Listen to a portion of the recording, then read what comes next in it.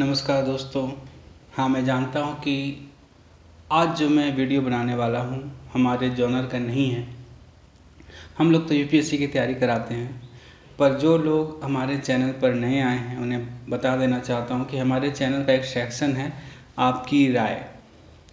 उसमें हम सामाजिक या कुछ दिल को छू लेने वाले टॉपिक्स पर बात करते हैं और आपसे एक सवाल पूछा जाता है वीडियो के एंड में कि आपकी इस टॉपिक को लेकर क्या राय है, उसे कमेंट करके बताएं।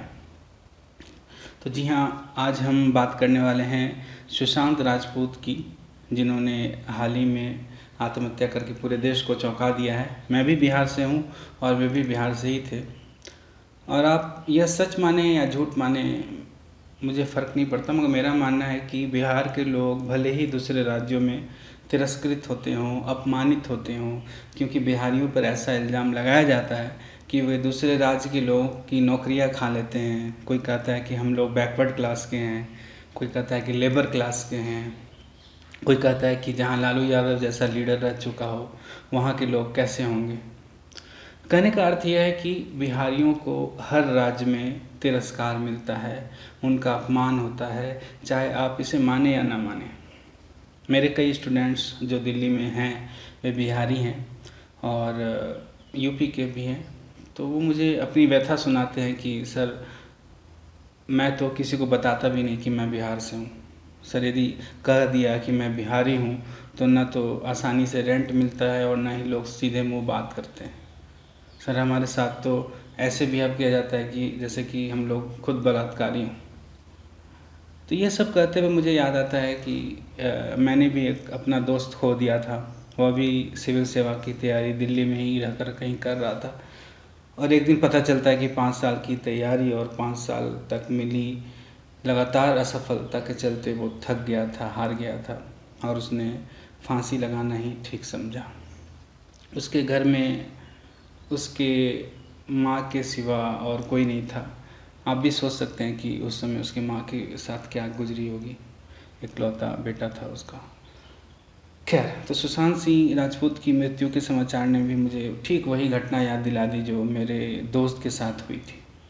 कुछ लोग मुझ पे इस वीडियो के बाद आरोप लगा सकते हैं कि आप इस मुद्दे को दूसरा एंगल दे रहे हो। भारत एक है, भारत के सभी राज्य समान हैं, आप मुझे यह भी शिक्षा दे सकते हो शायद। मगर मेरा कहना यह है कि हम बिहारियों को और यूपी वालों को बाहर के राज्यों में इतना तिरस्कार मिलता है कि हम अंदर से आत्महीन होते चले जाते हैं, जबकि हमारा इसमें कोई दोष नहीं होता। अच्छे बुरे लोग तो हर राज्य में होते हैं, आपको हर जगह मिल जाएंगे। आप बिहार कभी जाइए तो देखिए कि लोग आपको कितना आपका वो आव भगत करते हैं, क्योंकि हम लोग गांव से जुड़े हैं, मिट्टी से जुड़े हैं, अपनी ज़मीन से जुड़े हैं। आप बिहार के रेलवे स्टेशन पर ही उतर कर देखिए, वहाँ के रिक्शे वाले हों, कुली हो, आपको कुछ पैसों के लिए कुछ पैसे आप उन्हें देते हैं और इतनी अच्छी सेवा देते हैं जो बाहरी राज्यों यानी बड़े बड़े शहरों में ऐसा देखने को नहीं मिलता कभी भी।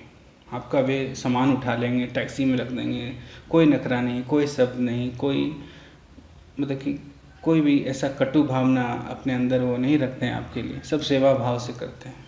आपके शहर में भी ऐसा होता होगा शायद, छोटे शहर के लोग ऐसे ही होते हैं। मैंने सुशांत सिंह के बारे में भी पढ़ा कि वह जब भी अपने सीनियर एक्टर डायरेक्टर से मिलता था तो वह उनके पैर छूता था, क्योंकि यही हमारे संस्कार हैं। आज आप बड़े शहर वाले भले ही रामायण सीरियल को ट्रेंडिंग बना रहे हो, मगर हम लोग तो बचपन से ही रामायण पाठ, अपने गाँव में रामायण नाटक देख कर बड़े हुए हैं और हमें बहुत अच्छे से ये सब आता है। बड़ों का सम्मान करना, बड़ों का आदर करना।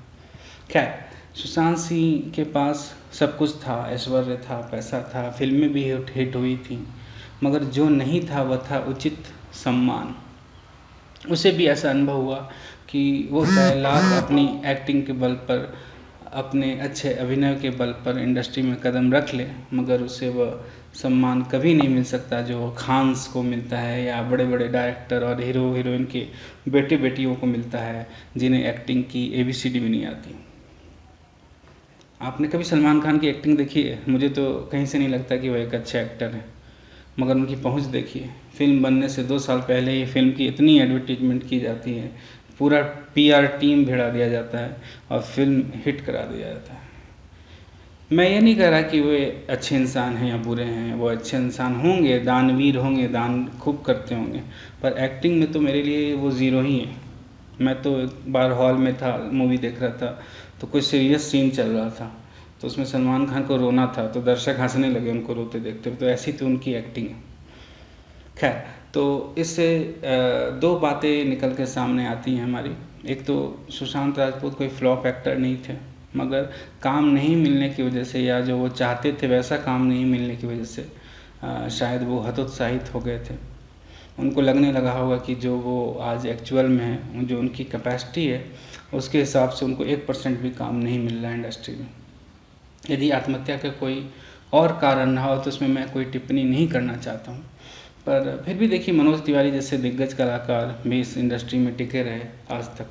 वो भी बिहार से हैं। अभी मैं उनका इंटरव्यू सुन रहा था, तो वे कह रहे थे कि इतने बड़े कलाकार होने के बावजूद उन्हें प्रोड्यूसर डायरेक्टर के दरवाजे खटखटाने पड़ते हैं। जब तक दरवाज़ा टूट नहीं जाए तब तक वो दरवाज़ा खटखटाते, ऐसा उन्होंने NDTV के एक इंटरव्यू में कहा था। अभी उन्होंने कहा कि फालतू का लोग कहते हैं कि यह इंडस्ट्री ग्लैमरस है। बिल्कुल ग्लैमरस नहीं है, यह तो बिल्कुल एक बायर्ड इंडस्ट्री है।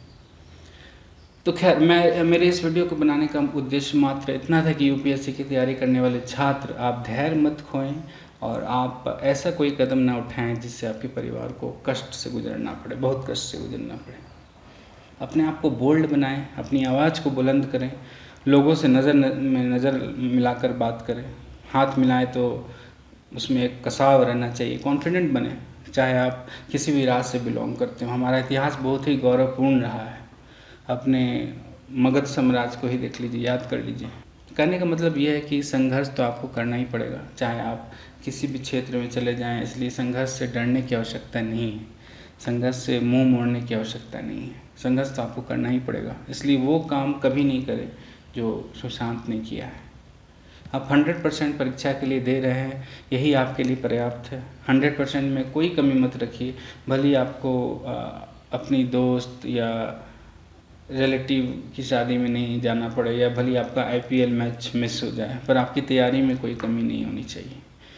फिर अंत में वैसे भी सब भाग्य पर छोड़ना पड़ता है। लोग कहते हैं कि भाग्य पर विश्वास मत कीजिए, पर भाग्य का भी एक बहुत बड़ा रोल होता है। आप कर्म कीजिए, पर अंत में आपकी सफलता और असफलता का निर्णय आपका भाग्य ही लेता है। हाँ, पर ऐसी विचारधारा भी मत रखिए कि भाग्य खराब है तो कर्म क्यों करूं। इसलिए गीता में भी कहा गया है कि कर्म में कोई कमी मत रखिए। कर्म करना आपका कर्तव्य है, बाकी निर्णय तो ऊपर वाला लेता है। पर यकीन मानिए कि मेरा अनुभव यही कहता है कि यदि आप किसी काम के लिए अपना 100% देते हैं तो 90% से ऊपर की संभावना होती है कि भाग्य भी आपका साथ देता है और आपको सफलता मिलती है। पर बाई चांस यदि आपके लाख मेहनत के बावजूद आपको सफलता किसी कारण से नहीं मिलती है, तो आपका जीवन वहीं पर समाप्त नहीं हो जाता है। आप दूसरे विकल्प हैं आपके पास, उसको सर्च कीजिए। दुनिया में बहुत सारे काम हैं जो आप कर सकते हैं। ऐसा नहीं है कि आप जीवन में कमा नहीं सकते और अपने परिवार का पेट नहीं पाल सकते, ऐसा नहीं है। कुछ ना कुछ उपाय आप ढूंढ निकाल सकते हैं जीवन जीने के लिए। पर निराश नहीं होना है आपको जीवन से, आत्महीन नहीं बनना है आपको। नकारात्मकता को खुद से बचाए रखिए और नकारात्मक लोगों से भी अपने आप को दूर रखिए, जो बार बार आपको पोक करते हो कि आपसे यह काम नहीं हो पाएगा। ऐसे लोग आपको पूरी लाइफ मिलते रहेंगे और मिले भी होंगे शायद आपको हतोत्साह करने के लिए। उनसे दूरी बनाए रखिए और अपना 100% दीजिए, सफलता आपको ज़रूर मिलेगी। और फिर वही कहता हूँ कि नहीं भी मिली तो जीवन आपका समाप्त नहीं हो जाता है। इतने सालों में आपने ज्ञान अर्जन जो किया है वो कभी बर्बाद नहीं जाएगा, किसी न किसी रूप में आपके जीवन में वह काम आएगा। ज्ञान ऐसी चीज़ है कि वह आपसे छीनी नहीं जा सकती। यदि आपको भी कुछ परेशान करा तो आप उसे दोस्तों और अपने करीबियों के साथ ज़रूर बांटने की कोशिश करें। और यदि आपका दोस्त उदास चल रहा है, कोई ऐसा है दोस्त, तो उसकी उदासी का कारण जानने की कोशिश करें, उससे बात कीजिए। शायद वो आपसे अपने दिल की बात शेयर कर सके। इतना भी किसी को अकेला नहीं छोड़िए कि वो आपको हमेशा के लिए छोड़कर चला जाए। खैर, यहीं पर अपनी बात को विराम देता हूँ और आपकी राय सेक्शन के इस वीडियो में आपसे पूछता हूँ कि क्या आप भी किसी तनाव से गुजर रहे हैं? यदि हाँ, तो कमेंट करके हम सबके को बताएं। अपनी बात रखें। और यदि आपको आपका कोई फ्रेंड है जो अवसाद से गुजर रहा है, डिप्रेशन से गुजर रहा है, तो उसको अभी तुरंत मैसेज कीजिए, फ़ोन कीजिए, उसका हाल चाल लीजिए। कमेंट करके ये ज़रूर बताइए कि आप क्या सोचते हैं इस पूरे प्रकरण के बारे में। आपकी राय का इंतज़ार रहेगा। तो चलिए चलते हैं, मिलते हैं नेक्स्ट वीडियो में। जय हिंद, जय भारत।